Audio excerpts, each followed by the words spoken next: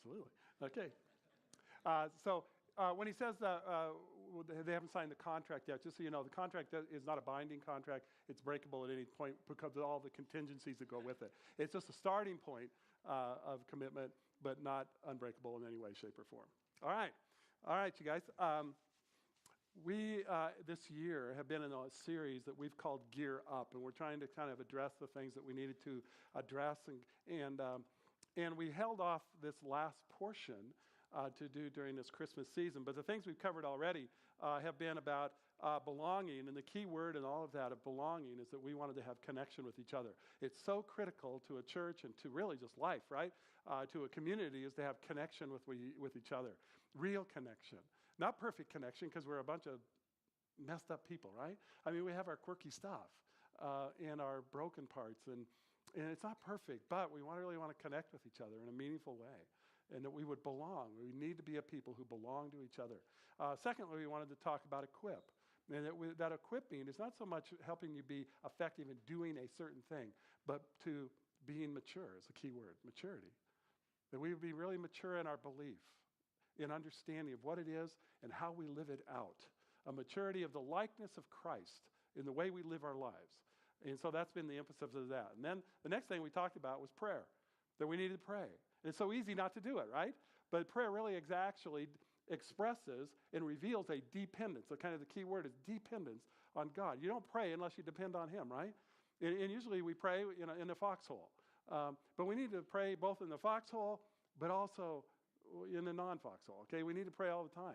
And the reality that we are dependent on Him. And then the last thing we've been talking about, we just started last week, is this thing called reach. And we wanted to do that during Christmas because it felt like it was kind of a key time to, in a sense, have a heart for reach. And the key word has been compassion. And it seems maybe like a strange word, but I think it really is the word we needed to focus on. And I want to give you the big idea for today. Just so if you miss it later, here it is. Here comes the big idea for today. It's this, that we live in a culture that is experiencing ideology exhaustion. And it aches to experience authentic compassion. Let me explain what I mean by ideology exhaustion. There are all sorts of ideologies, right? I mean, an ideology, in fact, let's do this. Let's go look at what an ideology is. First of all, it's visionary theorizing. That's a little bit fuzzy, but let's go to number 2 here. It's systematic body of concepts, especially about human life and culture. There are ideologies that put together a way of seeing the world, of seeing the way it fits together, what human life is all about, what culture is all about. And some of those ideologies are different from each other. And you begin to experience the exhaustion of that, whether it be some sort of religious ideology, or some sort of political ideology, or some sort of social ideology. And you begin to just get overwhelmed with all these sets of thoughts. And it gets tiring after a while. And there's an exhaustion to it. And it seems to me we live in a time where you just begin to say, whatever. To heck with all the ideologies. I'm just going to live my life, which is its own ideology, right? And so we have all these miniature ideologies that we all live by. Now, here's a third maybe definition. A manner or the content of thinking characteristic of an individual, a group, or an entire culture. It's an ideology. Number 4, the integrated assertions. So these are hopefully integrated assertions, theories, and aims that constitute a socio-political program. And I think we live in a day and age, and let's go back to this ideology, and let's circle that ideology exhaustion. I think we live in a day and age where people are becoming exhausted by all the ideologies. And they're just going to say, enough and already. I'm just going to live my life out of my own personal peace and personal affluence. And I hope it doesn't infringe on anybody else all that much, but if it does, too bad. And that's kind of where we live. And it seems to me that we are aching for an authentic compassion, something that's real. In fact, let's go to this next slide. This authentic compassion, I think, is the substance of the living ideology of the heart of Christ. When there's no substance behind our ideology, you become so tired of it. But you don't know where else to go. But if there is an authentic compassion, It seems to me that that is the substance of this living ideology of the heart of Christ. This week, when I began let's go here. Here's the big idea to maybe put it in layman's terms. People actually do not care what you know until they know that you sincerely care. It's the truth. You know, it's interesting ideas, but if people don't really care, you say whatever. You really don't really care about what they know until you know that they actually care, sincerely. So, last week, here's what we were, Matthew chapter 9, and we talked about this, that when, in verse 36, when Jesus saw the crowds, when he actually saw them, he had compassion for them because they were harassed and helpless like sheep without a shepherd. He actually cared about them. It moved him to ask that there would be people who would be drawn to reach the world, because the harvest field is plentiful, but the workers are few. And so he was moved because he cared. This week, what I'd like to do is I'd like to look at John chapter 11. And I think what we're going to find there is that he actually sees not only the crowds, but he sees the individual. He sees the individual. Now, I don't know about you, but I'm glad God's God, but I can't imagine having my eye on 8 billion people all at one time, and caring about them individually. And I know that I couldn't do it, but I transfer that to God thinking he can't do it, which is really silly because he's God and he can do it with no problem. Half the people that have ever lived in the world ever live today. The 8 billion that lived before, he knew them also and everything about them. And the 8 billion that live right now. Isn't that amazing that half the people that have ever lived live today? It's an amazing thought. And he cares about each and every individual because he's God. Now, what I want to look is at John 11, and here's a story. Now, here's my thought. Often in the Bible, especially in narratives, what we call narratives, and other these historical narratives, sometimes we can tend to tear them apart as we go through, and we kind of slow down the whole story, that we kind of lose the story as a whole. So we kind of lose its simplicity. We lose its profoundness, I think. And so here's going to be 44 verses that I'm going to go through fairly quickly. I'll try to give it some oomph so that you don't lose track or fall asleep during this. But I'm going to kind of go through it and try to give emphasis where it's necessary, but try to let it speak for itself. This story that happens, and it's an amazing story that's going on, and I think it will reveal the compassion of Christ in a very unique way. So, hang in there, kind of go with it. This isn't Reader's Theater, but I'll try to give it a little bit of that so that you kind of stay with it, okay? So here we go. Now, a certain man was ill, Lazarus of Bethany, from the village of Mary and her sister Martha. It was Mary who anointed the Lord with ointment and wiped his feet with her hair, whose brother Lazarus was ill. So all of a sudden, we have Mary here who has already interacted with Jesus many times. In fact, Mary and Martha and Lazarus were some of his best friends. And they live in this little village called Bethany, which is just a little ways from Jerusalem, as we'll see. And Mary has come and has really engaged Christ as the Christ. She anoints his feet with oil and wipes it with her hair. Wow, it's an incredible thing. Now, people were very critical of her for doing that. They were very critical of her. But it goes on, verse 3. So the sisters sent to him saying, "Hey, Lord, he whom you love." Isn't that amazing? She understood that Jesus really loved Lazarus. That they had a relationship already. He really loved him. He whom you love is ill. Let's go to verse 4. But when Jesus heard this, he said, "This illness does not lead to death. It is for the glory of God, so that the Son of God may be glorified through it." And they go, "Oh." Now, in verse 5, now Jesus loved Martha and her sister and Lazarus, and so when he heard that Lazarus was ill, he stayed 2 days longer.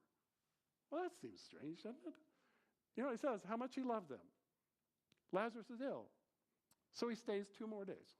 You think, well, that's weird. But let's see why he does that. 2 days longer in the place where he was.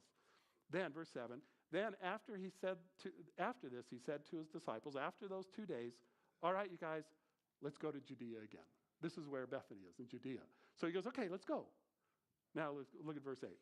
The disciples said to him, "Hey, Rabbi, the Jews who were just now seeking to stone you, and you're going there again?" Yeah, they're kind of like, whoa. Could we talk about this for a second, Lord? This doesn't seem like it's such a great idea. They're not happy with you in Judea. And so they want to stone you. Could we chat about this for a little bit? Because they don't think it's such a great idea. And Jesus says this, are there not 12 hours in the day? And if anyone walks in the day, he does not stumble because he sees the light of this world. But if anyone walks in the night, he stumbles because the light is not in him. So there's something going on here about needing to reveal the light and walk in that while the sun shines. Look at this in verse 11. And after saying these things, he says to them, our friend Lazarus has fallen asleep, but I go to awaken him. I need to do it now while the sun shines. So the disciples say to him, well, Lord, if he's just fallen asleep, he'll be okay. He's going to recover. So let's not sweat it. Because he's speaking to them, trying to catch their attention. Now, look at this. And so now in verse 11, he says, now Jesus had spoken of his death, but they thought that he had meant taking rest in sleep. So in verse 14, and Jesus told them plainly, Lazarus has died. Now, see, not only did Jesus know Lazarus, but these guys knew him too. And so he says to them, you guys really, actually, Lazarus has died, and for your sake, I am glad that I was not there so that you may believe. But let us go to him. So something is going on. Why did Jesus wait 2 days? Why did he, in a sense, not tell them clearly of his death? He was trying to help them understand that there is something going to happen so that they come to belief and of trust. Wow. So Thomas, look in verse 16. So Thomas, called the twin, said to his fellow disciples, let us also go that we may die with him. Wow. Thomas thought the danger was incredibly there. And Thomas makes an amazing decision here. It's a life and death decision. I'm willing to die with him. And so he steps up. It's not Peter, it's not James, it's not John, it's none of the other disciples. It's Thomas who steps up and says, all right, let's go, you guys. It may cost us our lives. We may get stoned to death with him. But I'm in. Let's go. I don't know what the other disciples thought. I'm sure they thought, well, eventually they went with him, so they must have been in. But I'm sure they're a little stunned. Same thing you're feeling right now, like, oh, would I go? I guess. Everybody else is going. Am I going to stay here? And maybe just like Thomas, all right, I love this guy. I love the rabbi. I love the Messiah. All right, let's go. Wow. Now, look at verse 17. Now, when Jesus came, he found that Lazarus has already been in the tomb 4 days. Well, let's do the math. Jesus waited 2 days extra before he left, right? And so if he had left on time, or what seems to us on time, he would have gotten there and Lazarus would have already been dead. In fact, he knew he was dead. But he had been in the grave 2 days. So why wait? What's the difference between 2 and 4? Well, the interesting thing is that for a Jew, they weren't convinced that someone was actually dead for 3 days after their death. Now, they didn't have all the medical things that we have today that would affirm and confirm death. And so for them, they made sure that they waited 3 days before they kind of said, okay, it's really done. Here he makes sure that he's not there until the 4th day, that they're totally convinced that Lazarus is dead. He'd already been in the tomb 4 days. And it says, Bethany was near Jerusalem, about 2 miles off, and many of the Jews had come to Mary and Martha to console them concerning their brother. So many of their friends and people from Jerusalem had come there to console them. So when Martha heard that Jesus was coming, she went and met him. But Mary remained seated in the house. Now, we don't know exactly why Martha went and Mary didn't. We'll get a little bit of feel for it by the way they interact with Jesus here. They love him, but they know losing Lazarus was very difficult. And we're going to kind of see what's going on. Look in verse 21. So Martha then says to Jesus, Lord, if you'd been here, my brother would not have died.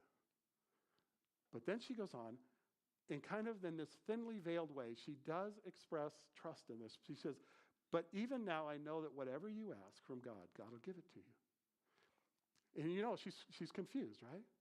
Had he come 2 days earlier, they're not totally sure he'd passed away.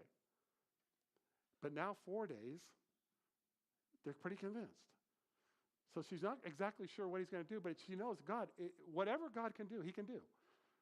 So she's kind of hedging her bets here a little bit, wondering, what's this all about? But Jesus, if he'd have been here, he probably wouldn't have died, but he did. But God is active. God's doing something. So she's working with it. Isn't that what we do in life too?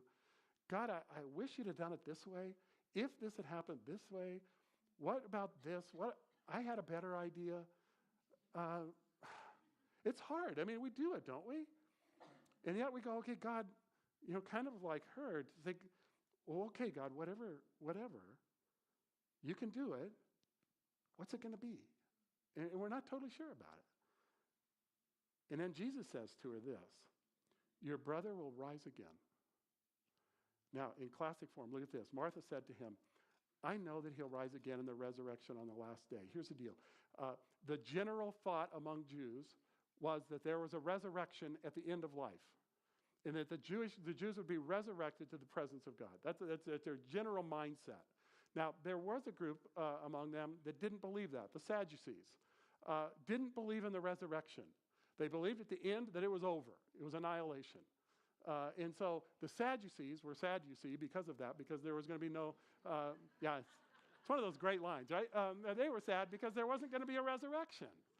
But most believe there was a resurrection. And she goes, Jesus, I know he's going to raise at the last day like everybody else. I know that. I believe that. But if you'd have been here 2 days earlier, maybe this wouldn't have happened. And I know that God can do whatever he's going to do. And what is that? And yeah, I know he's going to rise from the dead. And so look at this. Then Jesus says to her, he says, hey, Martha, here's the deal. I am the resurrection. And so he takes it off all of the timing, right? He takes away all the issues of whether it be 2 days, 4 days, or maybe at the end, in the last day. He says, here's the deal, Martha. I personally am the resurrection. I personally am the life, the fullness of life. It's me. I am it. Wow. And you can see her mind has got to start rolling right now. The wheels are turning inside of her, right? And he says, whoever believes in me, though he die, yet shall live. And everyone who lives and believes in me shall never die, shall never be in that place of being separated from me.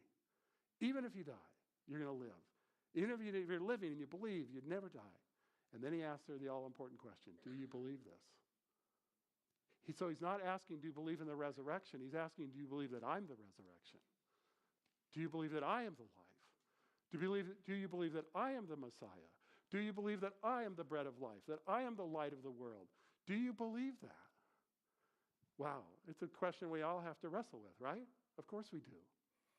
Then in verse 27, she said to him, yes, Lord, I believe that you are the Christ, that you are the Messiah, the Son of God, who is coming into the world. She made a step, didn't she? I think she crossed over the line somewhere right about here, because she said, okay, I'm going to put all of my trust in you. Not in 2 days or 4 days or at the end of time, I'm putting my trust in you, that you are the resurrection, and you are the life, that you are the Son of God, that you are coming into the world. Wow. And when she said this, she went and called her sister, Mary, who hadn't come yet, right? She, for some reason, is holding back. I don't know why, but I think we'll find out here. And she went to him saying in private, hey, the Lord is here and he's calling for you. Now, we don't know if that's actually true, right? It's not recorded that he said, hey, go get Mary. So this may be her kind of working her sister over a little bit. We don't totally know. But he says here, teacher is here and he wants to see you. So when she heard it, she rose quickly and went to him. Not quickly. We don't know if she went quickly like, oh, I'm so glad, or great. I'd like to have some words with him anyway. I'm ready because I'm a little peeved, and I'd like to talk to him. We don't really know why, but we'll see if we get a flavor in verse 30. Now, Jesus had not yet come into the village, but was still in the place where Martha had met him. And when the Jews who were with them here in a house, consoling her, saw Mary rise quickly and go out, they followed her, supposing that she was going to the tomb to weep there, to continue her grieving. Now, in verse 32, now when Mary came to where Jesus was and saw him, she fell at his feet, probably indicative of her grief and her hurt, but also her respect. and saying to him, look at this in the last part of 32,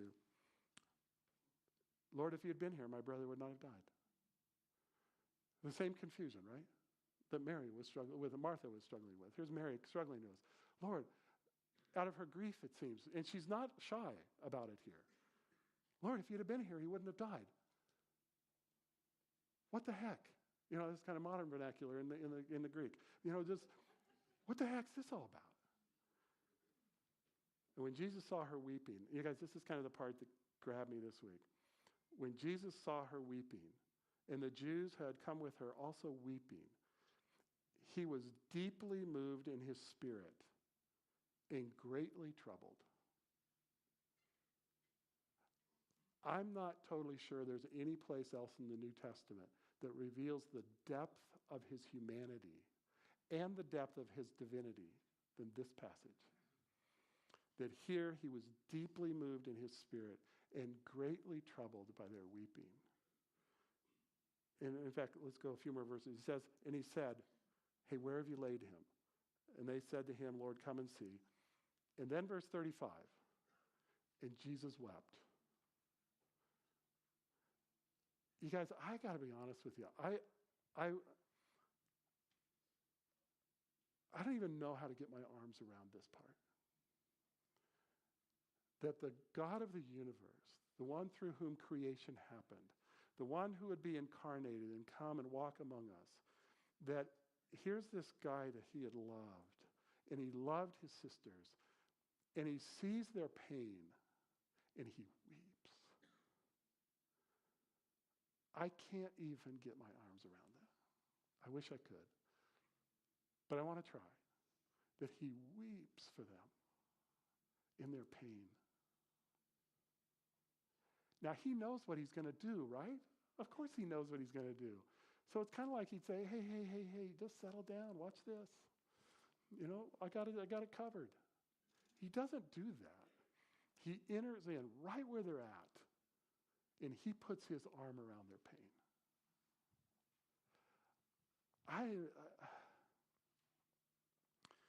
And then it's recorded here. Look at verse 36. So the Jews said, wow, see how he loved him? I mean, they're a little bit taken back, right? They're amazed. There's something going on here. It's an amazing thing. But then there are some of them, verse 37, but some of them said this, could not he who opened the eyes of the blind man also have kept this man from dying? The skeptic, right? They're like, what was that all about? He waited. He could have been here. Totally the other way. Verse 38. And then Jesus, not deterred by their critique, right? And Jesus deeply moved again. And so when it's right to hear, their critique deeply moved him to do something that communicated the truth. And he came to the tomb, and it was a cave, and a stone laid against it. And Jesus said this, take away the stone. And Martha, the sister of the dead man, said to him, Lord, by this time there will be an odor, for he's been dead 4 days. It's going to be nasty. Like, don't do this. This is not a great idea. This is going to be really stinky. Oh, Lord. And he's like, Martha, Martha, didn't I just tell you? But he goes on. Look in verse 40. And Jesus said to her, did I not tell you that if you believed, you would see the glory of God? Didn't I tell you? I'm going to express and reveal the glory of God here. And so they took away the stone, and Jesus lifted up his eyes, and he prayed.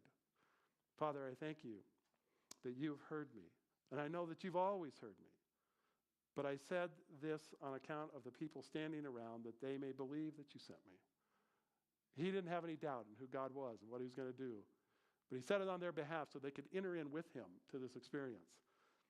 Now, in verse 43, and when he had said these things, he cried out with a loud voice, Lazarus, get yourself out here. Come out. I mean, it's all like, yo, get out here now. I love the fact that it's not some sort of magical incantation that he says. He doesn't say some strange thing, or he doesn't sprinkle pixie dust over it to make it happen. He just stands there in front of this open tomb now, and he says, Lazarus, get out here now. I love it. And he said it in a loud voice. It's very authoritative. But he just, very simply, right? He just says it. And it says the man who had died, that's Lazarus, in case we don't know, his hands and his feet were bound with linen strips, and his face was wrapped with a cloth. That's the way they buried people in those days. They wrapped him all up, and they put a cloth over his face. And Jesus said to them, unbind him and let him go. Fairly unceremoniously, in a sense. Just untie him. Let him go.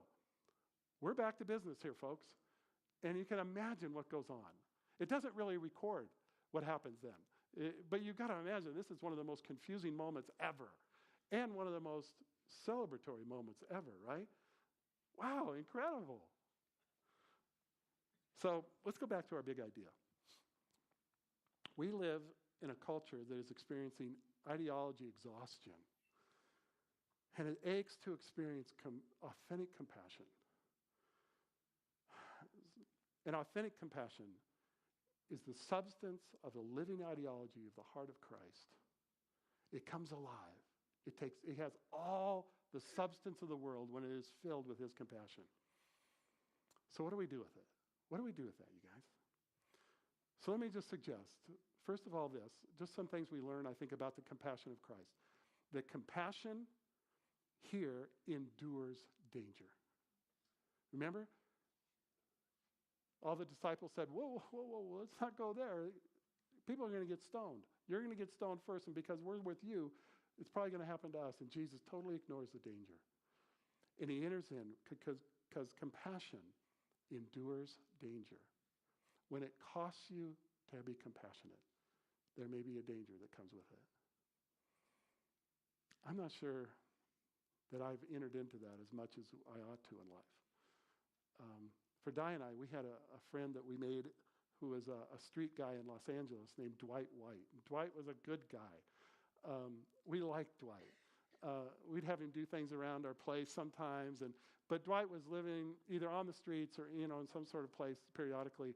One day we're walking down the streets at night, and I see Dwight by this car.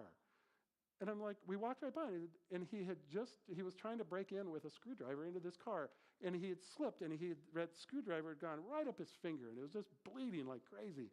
And I'm like, Dwight, what are you doing? And you got to know L.A. When you live in L.A., that becomes kind of normal. Like, you just talk about that. Here, you'd call the police. We don't call the police there because that's nothing in Los Angeles. And so, Dwight, what are you doing? And he goes, oh, nothing. I'm like, well, of course, you're trying to break into this car, you knucklehead. And what do so knock it off. Not too many months later, he was arrested and convicted, and he spent about, I think, 8 months in prison for something. And when he got out, the first few nights, he didn't have a place to stay. So for some reason, Diane and I said, well, just sleep on our couch.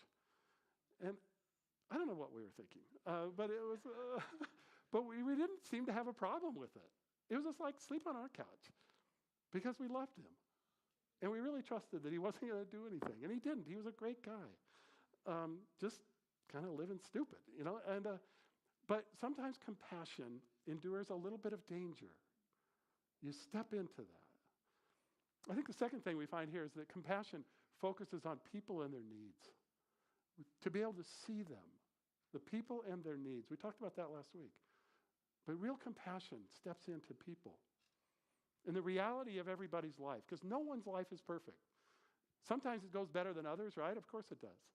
But then other times it doesn't go so great. Life's hard. Life is conflict-oriented. And stepping into it, because it's people and their needs that need compassion. And I think that's what we find in Jesus. Jesus steps right into their lives, right? Right into the life of Martha and Mary and Lazarus, especially Martha and Mary in this. Hey, Lazarus, he's dead, but he walks right into Martha's life and right into Mary's life. And he weeps and weeps and weeps for their pain. Wow. Third, compassion intends to glorify God. That somehow by our compassion for each other, it brings glory to who he is. And it reveals who he is. And I think we live in a world that desperately needs to see who God is. And he will see it by the compassion of his people. In the compassion that he brings to us and that gives us the ability. Right? When we see in 2 Corinthians, comes right back to that verse. The God of mercy is the God of all compassion, who is compassionate in all of our afflictions, so that we might be able to comfort those with the kind of comfort with which we have been comforted, the kind of compassion that has been expressed. It's the same thing. It intends to glorify God. Now, last this, and I've already said it, but compassion understands pain. It understands pain, and it steps into that. It embraces it. It embraces people who are going through pain. That's what the compassion of Christ is all about. And last is this, is compassion overlooks critique. You'll get criticized. People will have things. You've just been here earlier. Where were you last week? Why didn't you do this? Why didn't you do that? And kind of deter you into your compassion by the critique that will come your way. But don't let it deter you. It didn't deter Jesus, right? He just kept going forward. And he says, Lazarus, get out here. Take that stuff off him. Set him free. We got things to do. Wow. So let me ask you this. How can we relate this then to this Christmas compassion that we're trying to focus on? And what I'd like to suggest is this. In this next couple of verses later, what happens after this event is that the Jewish leadership got together, and the Jewish leadership said, hey, all sorts of people are starting to follow Jesus. It's getting a little out of control here. We've got to do something. And Caiaphas comes, and Caiaphas is talking about, hey, we need to kill him because it's better for one man to die so that we can save, so the Romans don't destroy us, and so that we don't lose our position of power. It'd be better to get rid of Jesus and just have one person than to have the whole nation get killed over this kind of crazy stuff. All right? And so then these verses, so from that day on, they made plans to put Jesus to death. That whole thing was set in motion. Somehow they would get him and they would kill him. Verse 54, Jesus therefore no longer walked openly among the Jews, but went from there to the region beyond the wilderness, near the wilderness, to a town called Ephraim, and there he stayed with his disciples. Verse 55, now the Passover of the Jews was at hand. Here's the deal. This event with Lazarus was the very last public event Jesus ever did until Palm Sunday, the triumphal entry. And then it was simply the beginning of the end. Public opinion had turned against Jesus so strongly, especially among the leadership of Israel, that he could no longer walk in their presence. And the only thing he was going to do from there was come, and during the Passion Week was going to be his arrest and his execution and his resurrection. He chooses this last public event to cry his eyes out over their pain and over their hurt. His compassion is amazing. So that simply a few weeks later, he would die for the sins of the world. What I'd like to look at just briefly here, and just read it to you, is the prediction of that comes through the prophet Isaiah. And he says this in Isaiah 53, verse 4. Surely he has borne our griefs and carried our sorrows, yet we esteemed him stricken, smitten by God, and afflicted. For he was pierced for our transgressions, he was crushed for our iniquities, and upon him was the chastisement that brought us peace, and with his wounds we are healed. Verse 6, we all like sheep have gone astray, and we have turned every one to his own way. And the Lord God has laid on him the iniquity of us all. He was oppressed, and he was afflicted, yet he opened not his mouth. Like a lamb that was led to the slaughter, and like sheep that were before its shearers is silent, so he opened not his mouth. By oppression and judgment he was taken away. And as for his generation, who considered that he was cut off out of the land of the living, stricken for the transgressions of my people. Christmas compassion comes from the fact that Jesus Christ loved us so much that he would take the sin of the world and the sin of you and me, and he would place it on himself as the sacrificial lamb. That's why he came. Not just to live a life that was exemplary, but to die for you and for me. And not just for you and for me, but for every person on planet Earth. every man, woman, and child, that he died for them. And there are people in our community this Christmas who will be looking for an answer, that it's not about lights, and it's not about candy canes, and it's not about presents, and the emptiness of that will be painful in their heart. And to somehow know that he is the one who was taken our transgressions on himself so that we might have life, so that we might be a little bit like Lazarus when he says, take all that junk off him and set him free. And I think it's to that, because Jesus really is Messiah, right? He actually is. And that's what we celebrate this Christmas. The Messiah has come for you and for me, and for the sins of the whole world. And that is worth celebrating. That is worth worshiping.